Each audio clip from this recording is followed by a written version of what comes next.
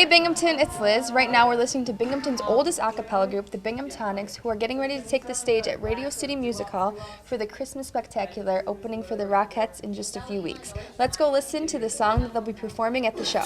Merry Christmas, Merry Christmas, Merry Christmas, Happy Holidays. Suppose the best way to describe a cappella is like a rock band without any instruments, just voices that do all the guitars, all the bass, all the drums, everything just put together just by the human voice.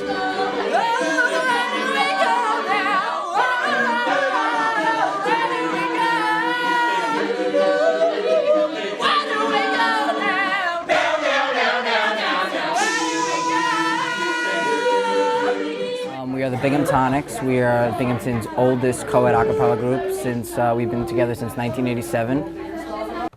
I have in this very envelope your tickets for Radio City Music Hall. I was very skeptical at first. We've gotten some other cool gigs, like Robbie brought up the Sing Off. But Radio City, the first show I saw in New York City was the Rockettes, so this is awesome. This was something that came to my attention a very long time ago. This was actually in the works since the summer. And it was actually a woman who went to Binghamton University. Her name is Samantha Zimmer, and she worked in Madison Square Garden. And she contacted me with this offer to open up for the Rockettes. And immediately I emailed her right away. I thought this is an incredible opportunity for us to sing on one of the biggest stages in New York City. So we put together an audition tape. We raised thousands of dollars in pre-sold tickets. We got all kinds of costumes and stuff, so it's really great. What kind of extra practices and preparation have you been doing to get ready for the show? We rehearse quite often. I mean, 2 hours on Wednesday nights, and then 3 hours on Tuesdays, 3 hours on Sundays, so it's like a second family. I mean, we're rehearsing a lot, and that's pretty much our main way to prepare. In preparing for Radio City, we've done tons and tons of work in the rehearsal rooms here, constantly working on our parts.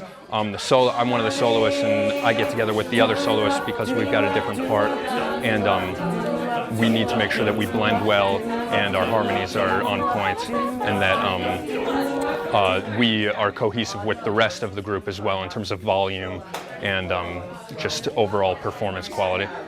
We've had to rehearse a lot, especially during our upcoming finals week. So sometimes it's a little frustrating, but it's going to be worth it in the end. I'm a big Christmas enthusiast. Radio City, I'm near the New York area, so just this incredible venue, of course. So it's an amazing opportunity, and I'm still kind of shell-shocked from it, to be honest. I can't wait to do it. I'm a little bit nervous to be a soloist at Radio City, but you do what you got to do. It's going to be a lot of fun. There's definitely nerves and excitement. Pretty much it just feels surreal. Like, I can't even imagine that in less than 2 weeks we're actually going to be on the stage at Radio City. I've been performing for a while, and this is something that I never would have thought. I never thought I could have been in this place. This is just the opportunity of a lifetime. I'm so excited and proud to tell everybody about it. And yeah, that's it. I think the most important thing is to realize that we're doing this all just for fun. I mean, yes, it's cool to be professional, but at the same time, I'd say we're really just a group of friends who are doing this to enjoy our college experience. And when we get up there, you're going to be on one of the biggest stages in the world with your best friends, and it's an honor to be able to do that. And regardless of the outcome, if they throw tomatoes at us or if they throw roses, it's just going to be a good experience either way.